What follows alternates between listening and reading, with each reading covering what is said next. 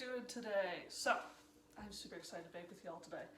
So, the thing that we are going to be baking today is a simple chocolate cake. It's very good. I got all my ingredients out, as you can see. Got my measuring cups. So, step one, gotta preheat the oven. So, it says to preheat to 350. That's like classic cake recipe temperature. So, next it says we gotta grease our pan. I'm using a 9x13. You can use cupcake tins, but it's a cake, you know. If I'm gonna eat a cake, I want it in a cake tin, you know. So, make sure you spray it. Do not want anything on the sides sticking, otherwise it ain't gonna end well. So, next we add our dry ingredients first. So that's when we can combine them all, make sure there's no chunks, make sure everything's combined, so that when we start adding the wet ingredients, it won't be as, how do I phrase this? It just won't be as chunky and gross, and everything else will be combined instead of getting a very large bite of sugar and a very large bite of salt. So, that's why your cake tastes good. So, first thing we need is sugar. So, this requires 2 cups of sugar. Now, this is a baking recipe, so that does make sense to me. But, yeah. So the way I level is I kind of just shake it. I don't actually level it because I just, you know, maybe you get a little extra something. That's what, you know, I like that. Oops, sugar. But, yeah, so, got my beautiful 2 cups of sugar. We'll close her up right there. Next is flour. So, this required 1 3/4 cup. So, it's always a little harder, because flour is much, it's denser. All right, there's 1. I'm using a 1/2 cup for all of these, so you might be wondering why I'm putting so much in. That is why. Now I use my 3/4 cup measurement. There we go.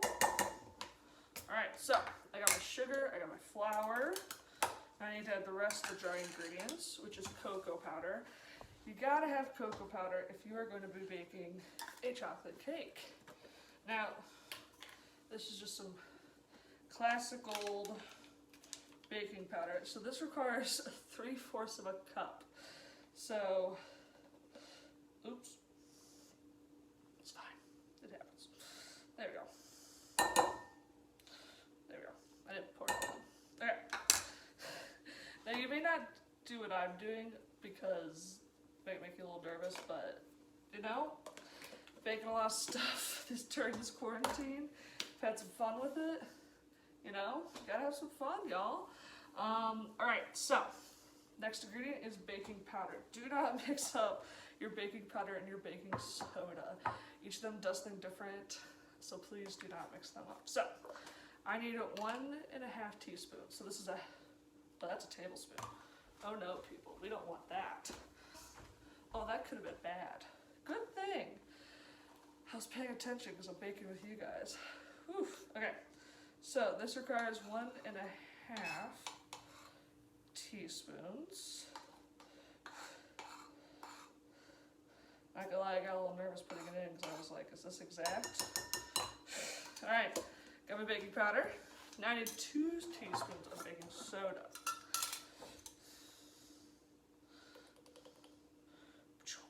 One, 2, 3, 4.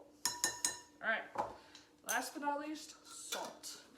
You know, it's a very big trend I've heard with a lot of bakers that we do not add enough salt, which I never thought was important, but apparently it is.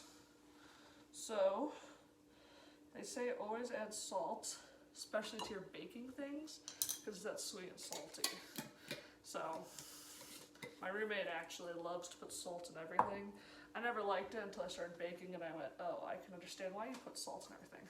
So, you can use a whisk, you can use a wooden spoon, however you would like, just mix her together.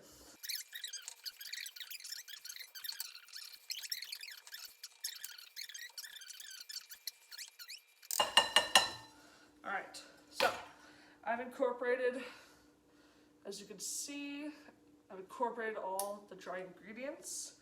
Now it's time to add our wet ingredients. So, 2 eggs. I am slowly learning how to crack an egg with one hand, but every time I do it, I get shells in the thing that I'm cooking. So I usually just use 2 hands because it's easier. But if you can do one hand, that's impressive, and I'm impressed. I wish I could do 2 hands, but I can't. Alright, so 2 eggs. Now I got egg all over me, so I'm going to wash my hands for sanitary reasons. So, got our 2 eggs. Milk. We need 1 cup of milk. 2% is fine. You got some skim, throw that in there. Do not know if it's like almond milk, oat milk, not 100% sure. I would look down in the comments, because a lot of times bakers understand like dietary restrictions, so they see that and they'll actually put like substitutes. So like, let's say you don't want to make it with eggs, they'll put a substitute on how to do it. I've seen that with a lot of bakers, and I think that's really good that they include that. You know, 1, 2, and again, I'm using a half cup, so that's why I'm only doing 2. That's why I am doing 2, not just 1. Okay, so then we need a half a cup of vegetable oil. Now, if you do not have, our oven's preheated. If you do not have vegetable oil, you could use canola oil. I'm not exactly sure.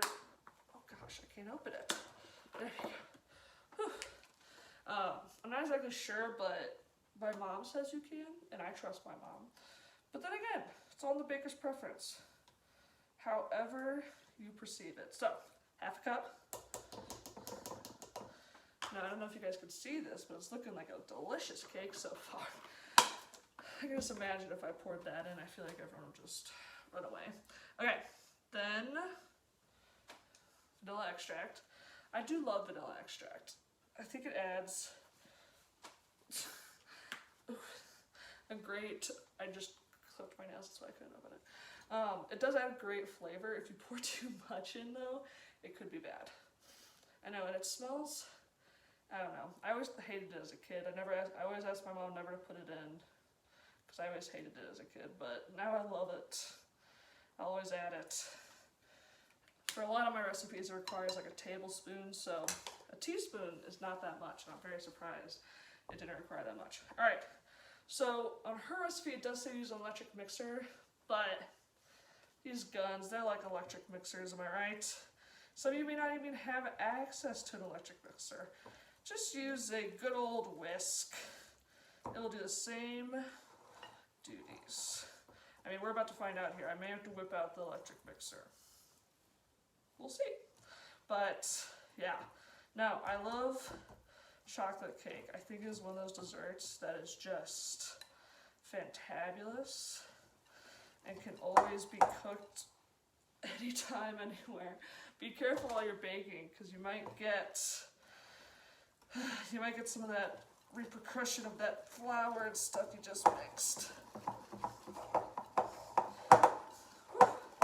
So you're gonna have to really get in here. Now, while you cook, as you can see, a whisk can sometimes collect a lot of the hard stuff, because yes, the cake is supposed to be liquidy, but this could catch some stuff. So, beat it out, get to mixing, get to mixing, get to mixing. There we go, there we go. Make sure you scrape the sides, always scrape the sides. And then check the bottom, because sometimes while you're mixing, some of the dry spots of the flour will be on the bottom. So make sure you're getting it all, just to be safe. So, and that's where the mixer could come in if you really want to. So, next it says pour in some boiling hot water. I have never done this before in a recipe, so I'm very intrigued, you know. Oh, that's hot, okay. So it says gently, so what I'm assuming is that she wants you to pour it and mix at the same time, which is how most recipes are. So I'll pour in a little bit, because I only have one hand. Gently mix it in. I wonder if sometimes bakers will add a little something to make it richer or creamier. Looking at what it's doing to my batter, I'm going to assume that this is what makes it creamier, more moist. Because that's always a hard problem with a lot of cakes, is trying to get that moistness, but also making it delicious. And that's something I feel like a lot of bakers have trouble with. But if they're able to find out how they can incorporate all of that, they've done a fantastic job. One of my favorite bakers actually is Mary Berry. You may have seen her on the Great British Baking Show. She is amazing at what she does, and so I'd always just follow what she does. She's British, you know. There we go. It's looking like a good chocolate cake. So, make sure you add the 1 cup, just 1 cup.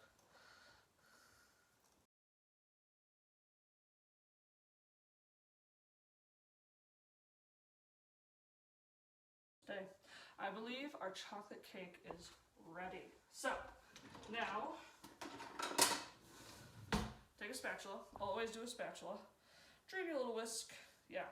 So this is a much liquidy batter than what I'm used to, but I think that's okay because, you know, I think she did say it was supposed to be liquidy. So, your 9x13 pan. We'll do it this way. So, ooh, that is beautiful. So, it's the final result. I'm gonna throw it in the oven. So if it's a 9x13 pan, it bakes for 35 to 40 minutes. So don't worry, I'm gonna show it when it comes out. But yeah, just gonna throw it in the oven, and I'll see you guys in 35 minutes. So, for our God Talk this week, we're gonna be talking about the gospel that was on Sunday.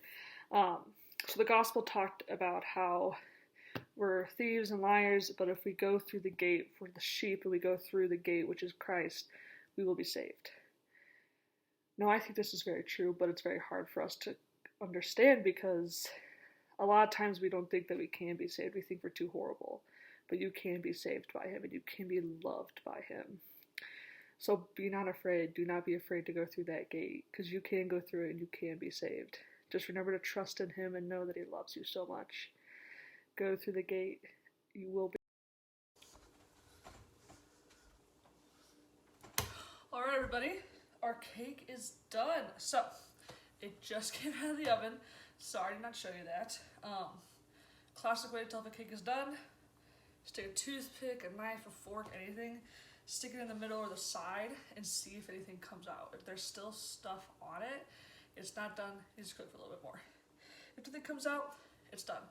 Mine cooked for 35 minutes, but every oven is different. So yours might take a little longer. But safety first. All right, everybody? Always safety first. Looking at it.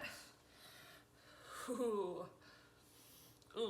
But gotta let your stuff cool. You cannot just eat it straight out of the oven. So I'm letting it cool off the oven because there's still heat coming up. So I recommend taking it off, putting it on a counter. The recipe did say putting on a wire cool rack, but not everyone has those. So just putting on some hot baths and the cool counter will help it cool off. I would say 10 minutes to help it cool off. But yeah, so that is all I have for y'all this week. So I hope you guys enjoyed the video. Subscribe, share with your friends, tell people about this. If you want me to cook something next week, because I'll be baking once a week, comment, put it in the comment section, put the recipe, maybe I'll check it out and we'll bake it next week. But yeah, I really enjoyed baking with you guys today. I enjoyed talking about God with you. Remember, trust in the Lord. He loves you, all right? Trust in him. And remember, if you bake this cake, tell me about it. Share it with me. Go to my Instagram, all right? All right. Thank you guys. Had a fun time baking with you.